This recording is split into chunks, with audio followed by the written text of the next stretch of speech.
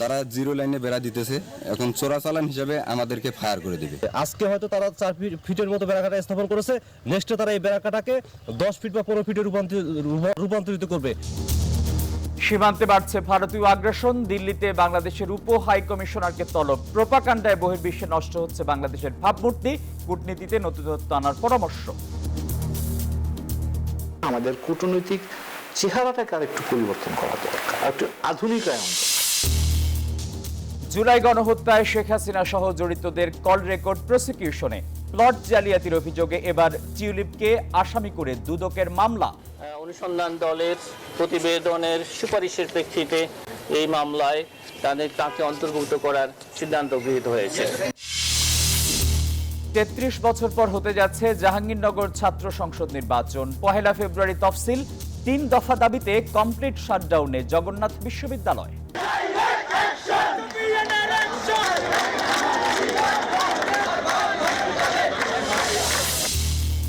নির্বাচন পিছিয়ে দেওয়ার ষড়যন্ত্র চলছে, অভিযোগ রিজভির। আন্দোলনের হুঁশিয়ারি কর্নেল ওলির। বিএনপির সঙ্গে বিরোধ নেই বলছে জামায়াত। চলতি বছরই বাংলাদেশ পাকিস্তান সরাসরি ফ্লাইট, জানালেন হাই কমিশনার।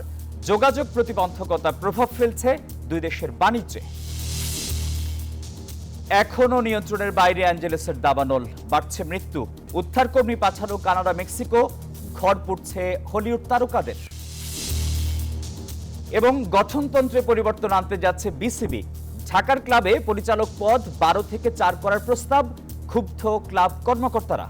তারা কতটুকু জানে এটা আমি সন্দেহান। ক্লাব অফিসিয়ালদের অপমান করার জন্য এরকম একটা তারা এগুলো পায়তারা করতেছে। সবাইকে স্বাগত জানাচ্ছি নিউজ 24 সংবাদে। আপনাদের সঙ্গে আছি আমি আসিফ টিপু। দেখছিলেন সংবাদ শিরোনাম, এবারে বিস্তারিত।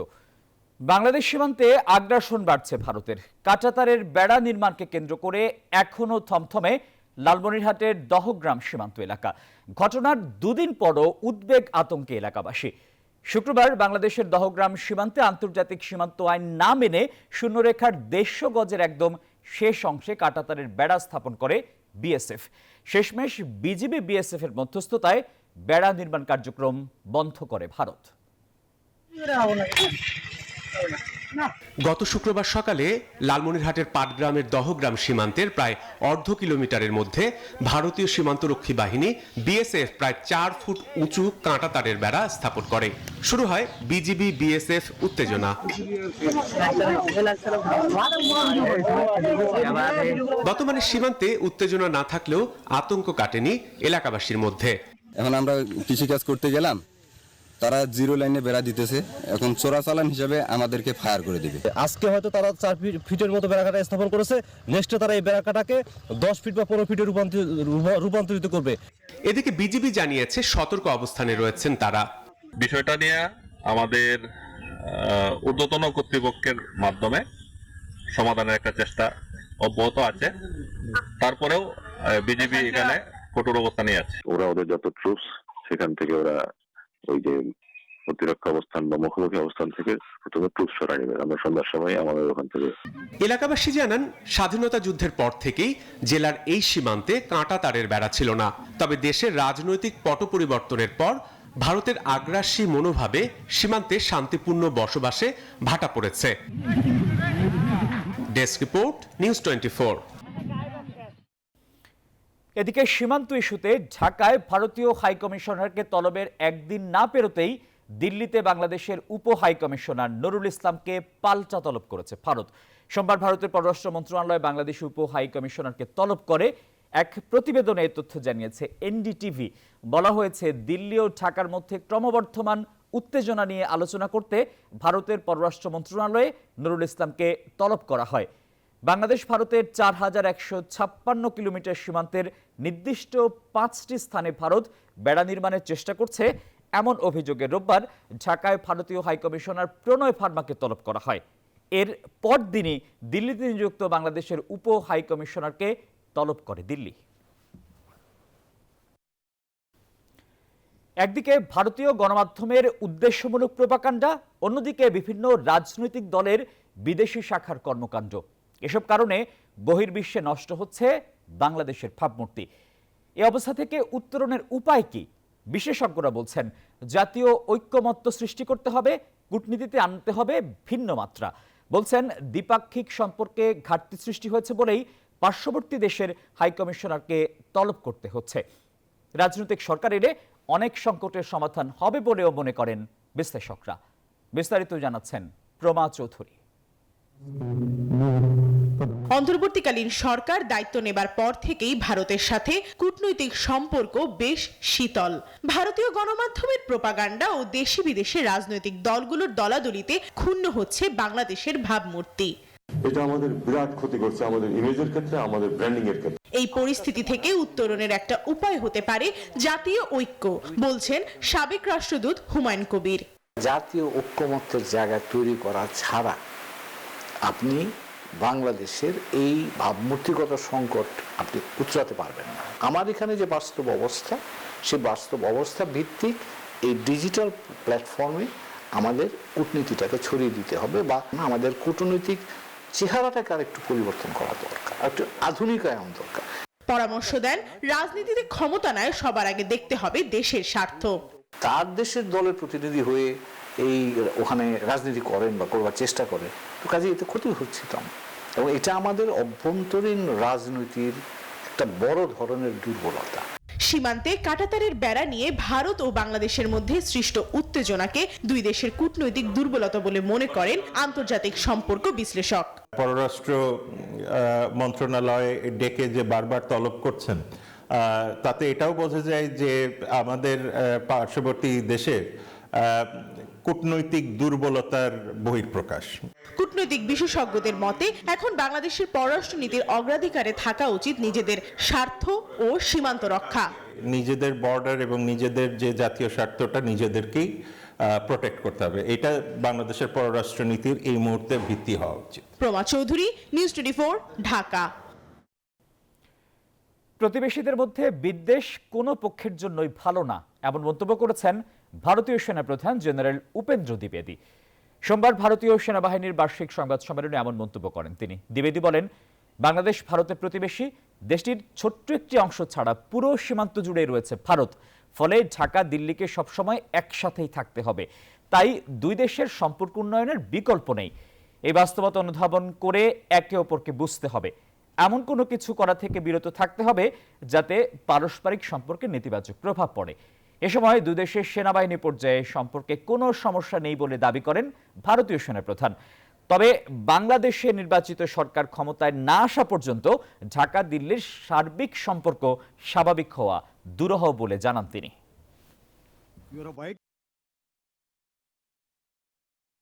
জুলাই আন্দোলনে গণহত্যা ও সহিংসতার গুরুত্বপূর্ণ কল রেকর্ড হাতে এসেছে আন্তর্জাতিক অপরাধ ট্রাইব্যুনালের প্রসিকিউশনের।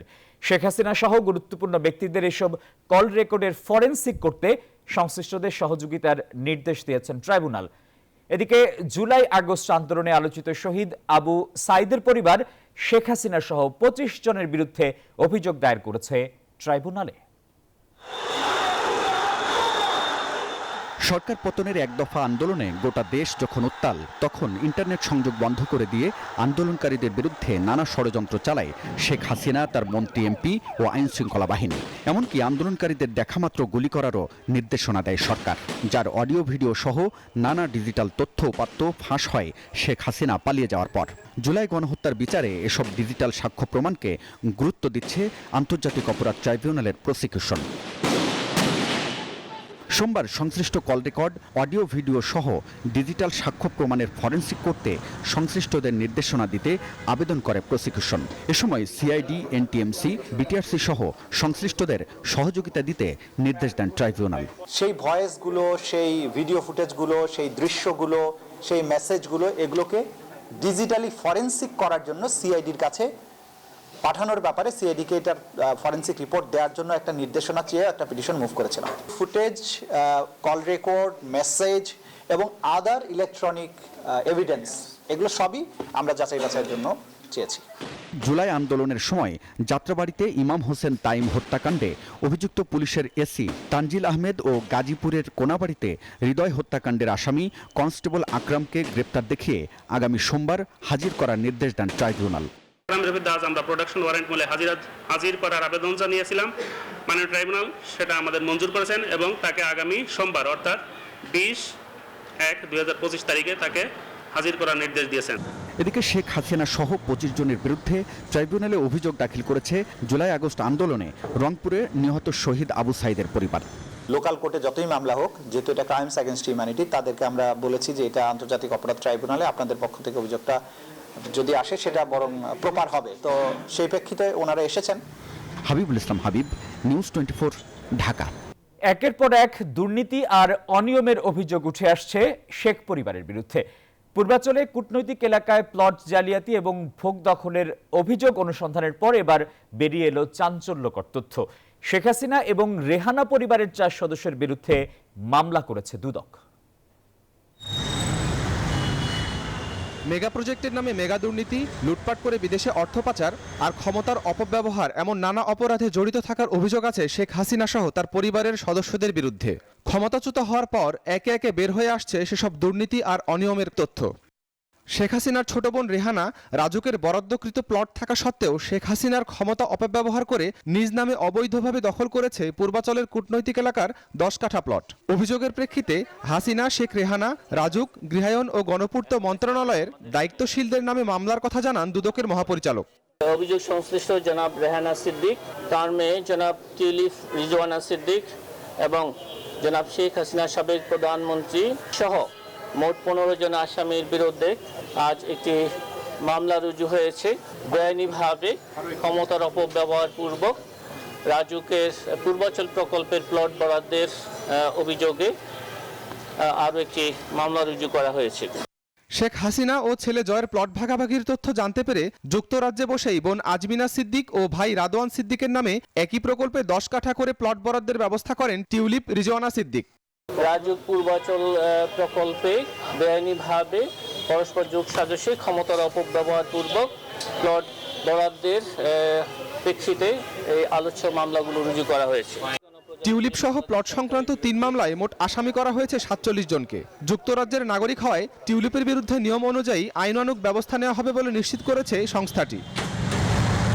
শাহরিয়ার শমিক, নিউজ 24, ঢাকা। 33 বছর পর ছাত্র সংসদ নির্বাচনের পথে জাহাঙ্গীরনগর বিশ্ববিদ্যালয়। এই নির্বাচন বিষয়ে পরামর্শ চাওয়া হয়েছে প্রধান উপদেষ্টার কাছে। সোমবার রাষ্ট্রীয় অতিথি ভবন যমুনায় প্রধান উপদেষ্টা ডক্টর মোহাম্মদ ইউনূসের সঙ্গে দেখা করেন জাহাঙ্গীরনগর বিশ্ববিদ্যালয়ের উপাচার্য অধ্যাপক ডক্টর মোহাম্মদ কামরুল আহসান। এ সময় উপাচার্য জানান, নির্বাচনের তফসিল আগামী 1 ফেব্রুয়ারি ঘোষণা করা হবে। সর্বশেষ 1992 সালে জ্যাকসন নির্বাচন হয়েছিল। বৈঠকে গত জুলাই মাসে গণঅভ্যুত্থানের সময় বিশ্ববিদ্যালয়টির শিক্ষার্থী ও শিক্ষকদের গুরুত্বপূর্ণ ভূমিকার প্রশংসা করেন প্রফেসর ইউনূস। তিনি বিশ্ববিদ্যালয়টির শিক্ষাগত অগ্রগতিতেও সন্তোষ জানান। জগন্নাথ বিশ্ববিদ্যালয়ের দ্বিতীয় ক্যাম্পাস প্রকল্প সময় মতো শেষ করতে সেনাবাহিনীর কাছে হস্তান্তরের দাবি সহ 3 দফা দাবিতে সচিবালয়ের সামনে অবস্থান নেন জগন্নাথ বিশ্ববিদ্যালয়ের শিক্ষার্থীরা। রাতে আশ্বাসের পর তারা সেখান থেকে সরে যান, তবে তারা কমপ্লিট শাটডাউন চালিয়ে যাবেন। এর আগে রবিবার আমরণ অনশন ও সোমবার সকাল থেকে বিশ্ববিদ্যালয়ে কমপ্লিট শাটডাউন কর্মসূচি পালন করে শিক্ষার্থীরা। সেনাবাহিনীর কাছে দ্বিতীয় ক্যাম্পাস নির্মাণের কাজ হস্তান্তরের চুক্তি অনতিবিলম্বে স্বাক্ষর করা সহ 3 দফা দাবিতে রবিবার সকাল থেকে আমরণ অনশন কর্মসূচি শুরু করে জগন্নাথ বিশ্ববিদ্যালয়ের শিক্ষার্থীরা। দ্বিতীয় দিনে অনশনের পাশাপাশি কমপ্লিট শাটডাউন ঘোষণা করে ক্যাম্পাসে মিছিল করে শিক্ষার্থীরা। অনশনে অসুস্থরাও স্যালাইনের ব্যাগসহ যোগ দেয় কর্মসূচিতে। বলেন, আর আশ্বাসের ফুলঝুরি নয়, এবার আন্দোলনের ফসল নিয়েই ক্লাসে ফিরবে তারা। মন্ত্রণালয় থেকে 2-3 মাসের মূলা ঝোলানোর কথা শুনে আমরা চলে আসছি, সেই মূলা এখনো ঝুলে আছে। এখন পর্যন্ত কোনো আশ্বাসই পাওয়া যাচ্ছে না তেমন ভাবে। যারা অনশনরত অবস্থায় ছিলেন তাদের মধ্যে থেকে 15 জন গুরুতর অসুস্থ, তারা হাসপাতালে ভর্তি রয়েছে। তাদের অবস্থা খুবই করুণ। প্রত্যেকটা ক্লাস পরীক্ষা বর্জন করেছি এবং আমাদের দাবি আদায় না হওয়া পর্যন্ত আমরা আমাদের এই অব্যাহত রাখবো আমাদের এই কর্মসূচি। দুপুরে সংবাদ সম্মেলন করে জানানো হয় বিকেল 4টার মধ্যে দাবি মানার বিষয়টি লিখিতভাবে না জানালে সচিবালয় অভিমুখে পদযাত্রা করবেন তারা। অনশনকারীদের এবং এখানে যে গণজমায়েতের শিক্ষার্থীরা আছে তাদের সর্বসম্মতিক্রমে স্বাক্ষরিত এই যে দাবি, এই দাবিগুলো আমলে নিয়ে বৈঠক করার অঙ্গীকার দিলে তবে আমরা অনশন থেকে পিছু হটব। পরে বিকেলে পদযাত্রা নিয়ে সচিবালয়ে যান শিক্ষার্থীরা। পুরান ঢাকার বাণী ভবন ও ডক্টর হাবিবুর রহমান হলের স্টিল বেসড ভবনের কাজ দ্রুত শেষ করা, আবাসন ব্যবস্থা নিশ্চিত না হওয়া পর্যন্ত 70% শিক্ষার্থীকে আবাসন ভাতা দেওয়ার দাবি জানায় শিক্ষার্থীরা। মাসুদ সুমন, নিউজ 24, ঢাকা। ষড়যন্ত্রকারীরা সংস্কারের কথা বলে নির্বাচন পিছিয়ে দিতে চায়, এমন অভিযোগ করেছে বিএনপি। এদিকে দ্রুত নির্বাচন না দিলে আন্দোলনের হুঁশিয়ারি দিয়েছেন এলডিপির সভাপতি কর্নেল অবসরপ্রাপ্ত অলি আহমেদ। আর জামায়াতের নায়েবে আমির ডক্টর সৈয়দ আব্দুল্লাহ মোহাম্মদ তাহের বলেছেন, বিএনপির সঙ্গে জামায়াতের দূরত্বের কিছু নেই। নয়াপল্টনে দলের কেন্দ্রীয় কার্যালয়ে বেগম খালেদা জিয়ার রোগমুক্তি কামনায় এই দোয়া ও মিলাদের আয়োজন। এ সময় বক্তব্য রাখেন বিএনপির সিনিয়র যুগ্ম মহাসচিব রুহুল কবির রিজভী। অভিযোগ করেন, শেখ হাসিনা ও তার পরিবার বাংলাদেশ থেকে দুর্নীতির মাধ্যমে বিদেশে 80,000 কোটি টাকা পাঠিয়েছে। ভারত আন্তর্জাতিক আইন অমান্য করে সীমান্তে কাঁটাতারের বেড়া দিচ্ছে বলেও অভিযোগ তার। আন্তর্জাতিক যে নিয়ম বিধিবিধান এবং দুই দেশের মধ্যে সময়ে সময়ে যে চুক্তি হয়েছে, আলাপ আলোচনা হয়েছে, সেটাও মানছে না যে শূন্য রেখা থেকে 150 গজ দূরের মধ্যে কোনো উন্নয়ন পরিকল্পনা হবে না, হতে গেলেও দুই দেশের মধ্যে আলাপ আলোচনা করতে হবে। সেগুলোর কোনো কিছুই তারা না মেনে কাঁটাতারের বেড়া দেওয়ার চেষ্টা করেছে। অন্যদিকে রাজধানীর মিরপুরে রূপনগরে রাষ্ট্র মেরামতে 31 দফা নিয়ে কর্মশালায় ঢাকা মহানগর উত্তর বিএনপির আহ্বায়ক আমিনুল হক বলেন, সংস্কারের কথা বলে নির্বাচন পিছিয়ে দেওয়ার চেষ্টা হলে জনগণ মানবে না। কিছু ষড়যন্ত্রকারী রয়েছে, সেই ষড়যন্ত্রকারীরা সংস্কারের নামে নির্বাচনকে পেছানোর চেষ্টা করছে। আপনাকে এটা মেনে নেবেন? বাংলাদেশের মানুষ একটি অবাধ সুষ্ঠু নির্বাচন দেখতে চায়। নির্বাচন নিয়ে কথা বলেছেন এলডিপির সভাপতি অলি আহমেদও। রাজধানীর মগবাজারে দলীয় কার্যালয়ে সংবাদ সম্মেলনে তিনি বলেন, নির্বাচন দিতে বেশি বিলম্ব করলে আন্দোলনে নামবে এলডিপি। সর্বাগ্রে সংসদ নির্বাচন দিতে হবে। যদি সংসদ নির্বাচন না দেয় তাহলে আমরা বাধ্য হব ঐক্যবদ্ধভাবে সরকারের বিরুদ্ধে আন্দোলন করার জন্য। কারণ আমাদের দীর্ঘ 15 বছরের আমাদের যে ত্যাগ তিতিক্ষা 5 আগস্ট এমনি আকাশ থেকে নামে আসে নাই। 5 আগস্ট হয়েছে আমাদের কর্মফলের কারণে। কারণ এদিকে বাংলাদেশ জামায়াতে ইসলামীর আমির ডাক্তার শফিকুর রহমানের সঙ্গে সৌজন্য সাক্ষাৎ করেছেন ঢাকায় নিযুক্ত ব্রাজিলের রাষ্ট্রদূত। সাক্ষাৎ শেষে জামায়াতের নায়েবে আমির ডাক্তার সৈয়দ আব্দুল্লাহ মোহাম্মদ তাহের সাংবাদিকদের সাথে কথা বলেন। জানান, বিএনপির সঙ্গে তাদের তেমন কোনো দূরত্ব নেই। বিএনপির সাথে আমাদের তেমন কোনো বিরোধ নেই, মত পার্থক্য নেই। ছোট ছোট ইস্যুগুলোতে কেউ কেউ ফেরি ফেরি বা সাইডে কথা বলছেন, সেটা এত ধর্তব্য বিষয় নয়। ব্রাজিল বাংলাদেশের সম্পর্ক ভবিষ্যতে আরও উন্নত করার বিষয়ে বৈঠকে আলোচনা হয়েছে বলে জানান তিনি। সাইফুল ইসলাম, নিউজ 24, ঢাকা। বিএনপির ভারপ্রাপ্ত চেয়ারম্যান তারেক রহমানের সভাপতিত্বে দলের জাতীয় স্থায়ী কমিটির বৈঠক সোমবার সন্ধ্যায় বিএনপি চেয়ারপারসনের গুলশানের কার্যালয়ে অনুষ্ঠিত হয়েছে। এতে দেশের চলমান রাজনৈতিক পরিস্থিতি, রাষ্ট্র সংস্কার ও আগামী নির্বাচন নিয়ে আলোচনা হয়। বৈঠকে বিএনপি মহাসচিব মির্জা ফখরুল ইসলাম আলমগীর, স্থায়ী কমিটির সদস্য ডক্টর খন্দকার মোশাররফ হোসেন, নজরুল ইসলাম খান, ডক্টর আব্দুল মঈন খান, ব্যারিস্টার জমির উদ্দিন সরকার, আমির খসরু মাহমুদ চৌধুরী, সেলিমা রহমান, ইকবাল হাসান মাহমুদ চুকু, হাফিজউদ্দিন আহমেদ ও সালাউদ্দিন আহমেদ উপস্থিত ছিলেন। জাতিসংঘের আবাসিক প্রতিনিধি গোয়েন লুইসকে ডেকে অসন্তোষ প্রকাশ করেছে পররাষ্ট্র মন্ত্রণালয়। 2011 সালের পর মিয়ানমার থেকে আর কোনো রোহিঙ্গা বাংলাদেশে প্রবেশ করেনি, এই মর্মে সম্প্রতি জাতিসংঘ শরণার্থী বিষয়ক সংস্থা UNHCR এক প্রতিবেদন প্রকাশ করে। এতে মিথ্যা তথ্য দেয়ায় অখুশি হয় সরকার। এর প্রতিবাদে ঢাকায় জাতিসংঘের আবাসিক প্রতিনিধি গোয়েন লুইসকে তলব করা হয়।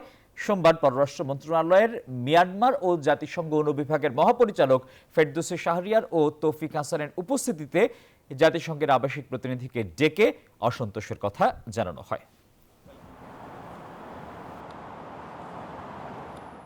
মালয়েশিয়াকে বাংলাদেশের শ্রমিকদের জন্য মাল্টিপল এন্ট্রি ভিসা ইস্যু করার আহ্বান জানিয়েছেন প্রধান উপদেষ্টা অধ্যাপক ডক্টর মোহাম্মদ ইউনূস।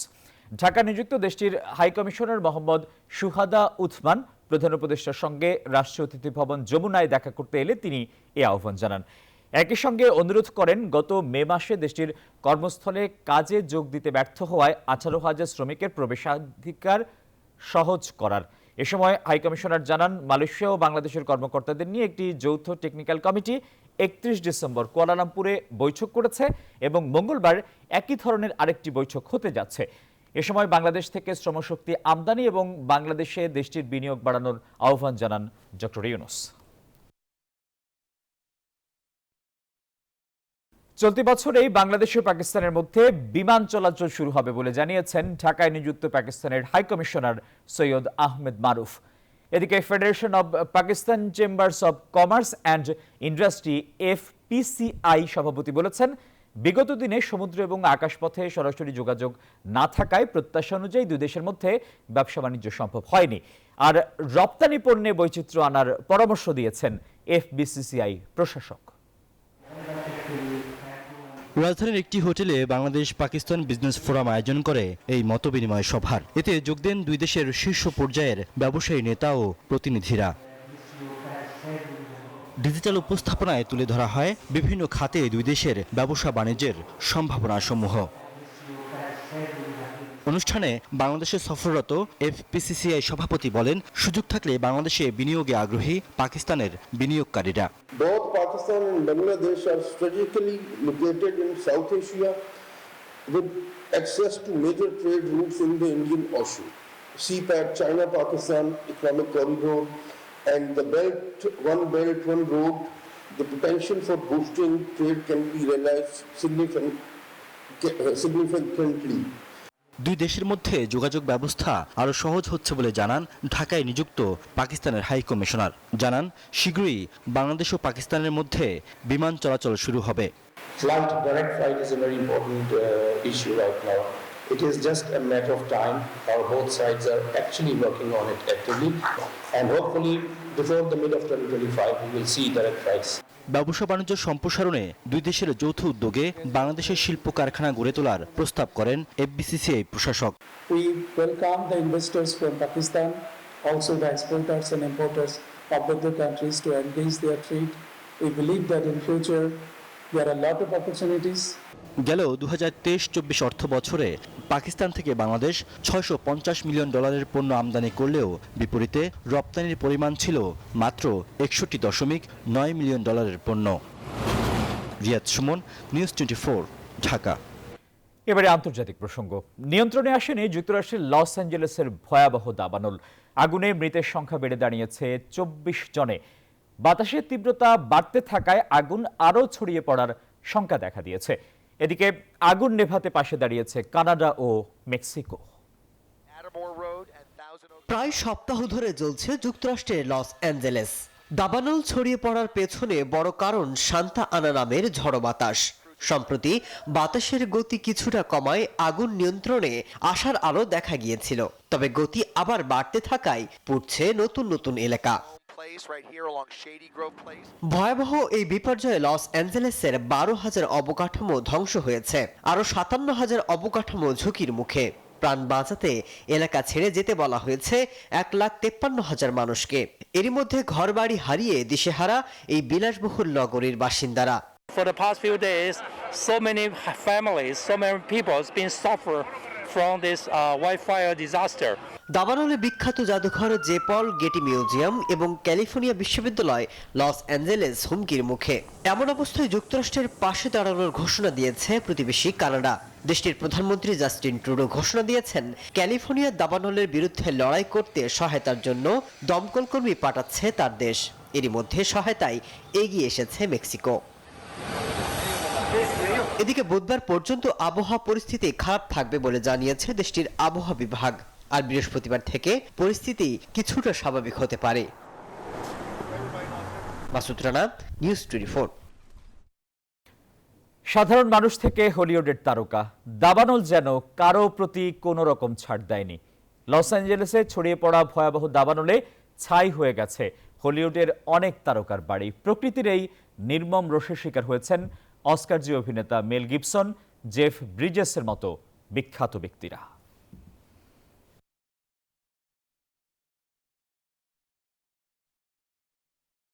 বিসিবি গঠনতন্ত্রে পরিবর্তন আনতে যাচ্ছে। এর মধ্যে কাজ শুরু করেছে 5 সদস্যের কমিটি, যেখানে বিসিবি পরিচালক নাজমুল আবেদিন ফাহিম ছাড়াও আছেন একজন লিগ্যাল অ্যাডভাইজার, 2 জন আইনজীবী ও একজন এনএসসি সদস্য। ঢাকার ক্লাব থেকে পরিচালকের পদ 12 থেকে 4 জনে আনতে চায় বিসিবি। এমন সিদ্ধান্তে ক্ষুব্ধ ক্লাব কর্মকর্তারা। সাবেক অধিনায়ক রকিবুল হাসান গঠনতন্ত্র পরিবর্তনের সিদ্ধান্ত নিয়েও দিলেন ব্যাখ্যা। সিলেট থেকে বিস্তারিত শুভ দেবনাথের রিপোর্টে। সরকার পতনের সাথে সাথে বিসিবিতেও পরিবর্তন এসেছেন নতুন সভাপতি এবং বোর্ড পরিচালক। তাদের চাওয়াতে গঠনতন্ত্রে পরিবর্তন আনতে যাচ্ছে ক্রিকেট বোর্ড। আগে ঢাকার ক্লাব ক্রিকেট থেকে কাউন্সিলর দেওয়া হতো ডিপিএল প্রথম, দ্বিতীয় ও তৃতীয় বিভাগে অংশ নেওয়া দলগুলো থেকে 76 জনকে। সে সংখ্যা এবার 30-এ নামিয়ে আনতে চায় বিসিবি।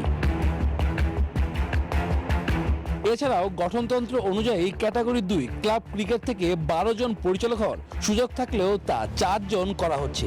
এমন সিদ্ধান্তে ক্ষুব্ধ ক্লাব কর্মকর্তারা, যারা সব সময় দেশের ক্রিকেটে বড় অবদান রেখেছেন। তারাই প্রশ্ন তুললেন, যারা গঠনতন্ত্র তৈরিতে কাজ করেছেন কজন ক্রিকেট সম্পর্কে ধারণা রাখেন? এই সিদ্ধান্ত বাস্তবায়নের বিরুদ্ধে কঠোর হুঁশিয়ারি দেয় ক্লাবগুলো। ক্রিকেট ব্যাকগ্রাউন্ডের লোক কিনা সেটাও আমাদের জানা নাই, ঠিক আছে, এবং ওনাদের ক্রিকেট জ্ঞান কতটুকু আছে। আমাদের এত বছর ধরে যে ক্রিকেট বোর্ডে ইলেকশন হচ্ছে বা কনস্টিটিউশন চলছে, এইটা নিয়ে তারা কতটুকু জানে, এটা আমি সন্দেহান। ক্লাব অফিসিয়ালদের অপমান করার জন্য এরকম একটা তারা এগুলো পায়তারা করতেছে। এই ক্লাবের টাকা দিয়ে কিন্তু অনেকে এস্টাবলিশ হয়েছে। তবে বাড়ছে ক্যাটাগরি 1 থেকে পরিচালকের সংখ্যা। আগে 10 জন থাকলেও তা 13 জন করতে যায় ক্রিকেট বোর্ড। একজন বাড়িয়ে ঢাকার পরিচালক 3 জন। খুলনা, বরিশাল, রংপুর ও রাজশাহী থেকে 2 জন করে পরিচালক নিয়োগ করা হবে। একজন সভাপতি 2 বারের বেশি বোর্ডে থাকতে পারবেন না। সাথে পরিচালকের পদ কমিয়ে 25 থেকে 21 জনে আনা হবে। সাবেক অধিনায়ক রকিবুল হাসান গঠনতন্ত্রের পরিবর্তন নিয়ে দিয়েছেন ব্যাখ্যা। আর মোহাম্মদ রফিকের মতে এমনটা হলে বিষয়টি হবে আত্মঘাতী। এইসব মেম্বারও দরকার, কারণ কি আপনি যখন এখন তো বোর্ডে আপনি ইলেকশন হয়, তো ইলেকশন আপনি কে দিবে, আপনি সিলেকশনটা কে করবে? এই ভোটাররাই করবে। এই যে কনস্টিটিউশন তো অ্যামেন্ড করতে হবে। অ্যামেন্ড করতে হলে এটাকে আপনাকে এজিএম করতে হবে। সিসিডিএম তো ক্লাবগুলো নেই, তো ক্লাব ওইখানেও আছে এখানেও আছে, এবং দেখা যাচ্ছে যে ওইরকম ক্রিকেট সমৃদ্ধ লোকজন খুব আসার সুযোগ নাই, খেলোয়াড়রাও আসতে পারছে না। গঠনতন্ত্র পাশ করতে হবে এজিএমে। হাসিনা সরকার পতনের পর অধিকাংশ কাউন্সিলর পালিয়ে বেড়াচ্ছেন। তাদের অংশগ্রহণ ছাড়া এমনটি হওয়ার সুযোগ খুব একটি দেখছেন না কেউ। শুভ দেবনাথ, নিউজ 24, সিলেট আন্তর্জাতিক স্টেডিয়াম, সিলেট। আর এই ছিল নিউজ 24 সংবাদের এখনকার আয়োজন। এতক্ষণ আমাদের সঙ্গে থাকায় সবাইকে ধন্যবাদ।